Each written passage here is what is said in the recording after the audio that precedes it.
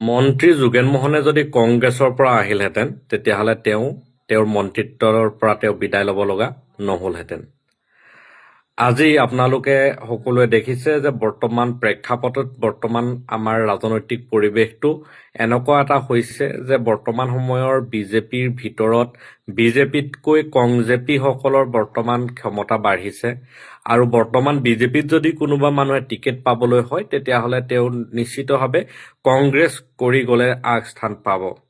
আজি যদি উদাহৰণ হিচাপে চাওঁ, আপোনালোক সকলোৱে দেখিছে যে গোলাঘাটত কেনেদৰে অজন্তা নেওগক সংস্থাপিত কৰা হৈছে। অজন্তা নেওগে বিজেপিলৈ অহাৰ কাৰণে বিজেপি কৰ্মী যিসকলে কাম কৰি আছিলে তেওঁলোকে কংগ্ৰেছলৈকে আহিব লগা পৰিৱেশৰ সূচনা হৈছে। আপোনালোকে যদি চাই আজি হয়তো বিস্মিতা গগৈক সংস্থাপিত কৰিব। আপোনালোকে যদি চাই দেখিব যে মনোজ ধানোৱাৰে টিকেট পাব মাকুমত। কংগ্ৰেছ বিজেপি কৰি থকা যুৱ নেতা ত্ৰিদীপ মৰাণে তাত হয়তো টিকেট নাপাব।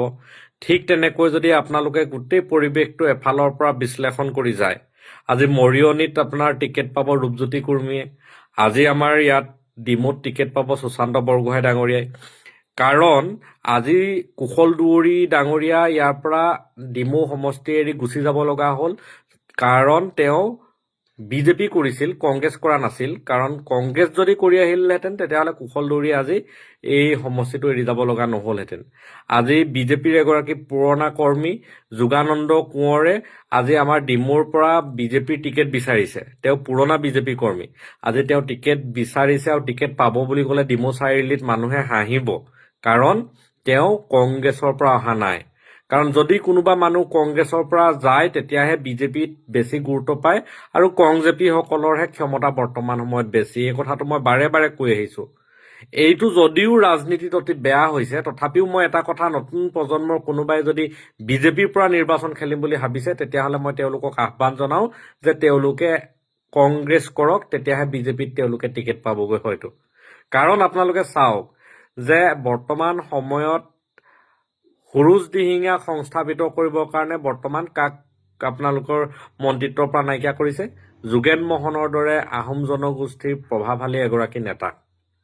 আপোনালোকে যদি চাই দেখিব যে বৰ্তমান সময়ত তপন গগৈৰ দৰে নেতাই কংগ্ৰেছ কৰি নোযোৱাৰ কাৰণে বৰ্তমান তেওঁলোকৰ অৱস্থা কি হৈছে সেই কথাটো আপোনালোক সকলোৱে জানে। আজি আপোনালোক সকলোৱে দেখিছে যে অজন্তা নেওগ, আজি আপোনালোক সকলোৱে দেখিছে যে পীযুষ হাজৰিকা, আপোনালোক সকলোৱে দেখিছে যে জয়ন্ত মল্ল বৰুৱা, আপোনালোকে দেখিছে তৰংগ গগৈ, মানৱ ডেকা, আৰু আপোনালোক সকলোৱে দেখিছে অসমৰ মুখ্যমন্ত্ৰীজনো কংগ্ৰেছৰ পৰা যোৱাৰ কাৰণেহে তেওঁ আজিৰ তাৰিখত ক্ষমতাশালী হৈ আছে। কংগ্ৰেছ কৰি নোযোৱাৰ কাৰণে সৰ্বানন্দ সোণোৱাল আজি ক'ৰবাত এলাগী হৈ পৰি ৰৈছে। তাৰ মানে বৰ্তমান সময়ত বিজেপিৰ কোনো পাৱাৰ নাই। বৰ্তমান সময়ত বিজেপিত দিলীপ শইকীয়াৰ ইমান পাৱাৰ নাই যিমান পাৱাৰ বৰ্তমান সময়ত পীযুষ হাজৰিকাৰ আছে, হিমন্ত বিশ্ব শৰ্মাৰ আছে। গতিকে এই ৰাজনীতিটো আপোনালোকে বেয়া পালেও বৰ্তমান সময়ত এনেকুৱা এটা ৰাজনৈতিক বাতাবৰণেই হৈছে। আমাৰ দুখ লাগে। কাৰণ যিকোনো এটা ৰাজনৈতিক দল, যিকোনো ব্যক্তিয়ে অশেষ কষ্ট আৰু ত্যাগৰ বিনিময়ত গঢ়ি তোলে আৰু শেষত যেতিয়া অন্য পাৰ্টিৰ পৰা গৈ এনেকুৱা এটা পৰিৱেশৰ সূচনা হয় তেতিয়াহ'লে আমাৰ দুখ লাগে।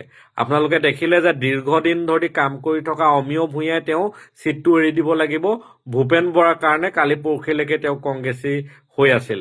আপোনালোকে দেখিব যে দিছপুৰত বিভিন্ন সময়ত কাম কৰি থকা বিভিন্ন ব্যক্তিয়ে তেওঁলোকে ছিটটো এৰি দিব লাগিব। কাৰণ আজিলৈকে কংগ্ৰেছী হৈ থকা, কাইলৈকে বিজেপি হ'ব বিচৰা আমাৰ পৈতুত বৰদলৈ ডাঙৰীয়াক। কিমান দুখৰ কথা চাওকচোন। এটা দল গঠন কৰাৰ পাছত তেওঁলোকে অশেষ ত্যাগ স্বীকাৰ কৰাৰ পাছত অন্য এটা দলৰ পৰা গৈ এনেকুৱা এটা পৰিৱেশৰ সূচনা হৈছে। এই পৰিৱেশটোৱে আচলতেই গোটেই ৰাজনৈতিক বাতাবৰণটো বেয়া কৰি পেলাইছে। আমি আশা কৰোঁ অসমত পুনৰ আদৰ্শৰ ৰাজনীতি প্ৰতিষ্ঠা হওক। আমি আশা কৰোঁ অসমত এটা সুস্থ ৰাজনৈতিক বাতাবৰণৰ সৃষ্টি হওক। আমি আশা কৰোঁ কেৱল ক্ষমতাৰ কাৰণে, ধন টকা পইচা আৰু চিণ্ডিকেটৰ কাৰণে ৰাজনীতি নহওক।